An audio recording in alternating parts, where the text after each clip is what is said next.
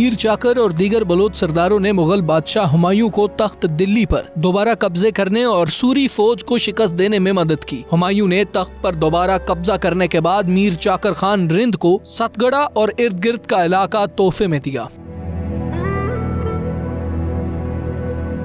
मीर चाकर आजम का मकबरा हुकूमत और महकमा आसार कदीमा की अदम तवज्जुही के बायस शदीद खस्ता हाली का शिकार है। मजार की तामीर और मरम्मत के लिए लाखों रुपए फंड्स के ऐलानात भी किए गए मगर कोई काम नहीं हो सका। हमारी हुकूमत पाकिस्तान और आसार कदीमा से हमारा ये मुतालबा है कि इसकी मरम्मत और इसकी रिपेयरिंग के लिए फौरी इक़दाम किए जाएँ ताकि ये हमारा जो एक अजीम विरसा ज़ाया हो रहा है वो हमारा महफूज हो सके। हमारी हुकूमत पाकिस्तान से और हुकूमत पंजाब से और महकमा आसार कदीमा से 92 न्यूज़ के ज़रिए अपील करते हैं, हम सारे भरपूर तरीके से एहतजाज करते हैं कि इसका फ़ंड जारी किया जाए और इसकी रेनोवेशन की जाए। इलाका मकीनों ने कले की दीवारों के साथ अपने मवेशी बांध रखे हैं जिसकी वजह से दीवारें मजीद टूट फूट का शिकार हो गई हैं।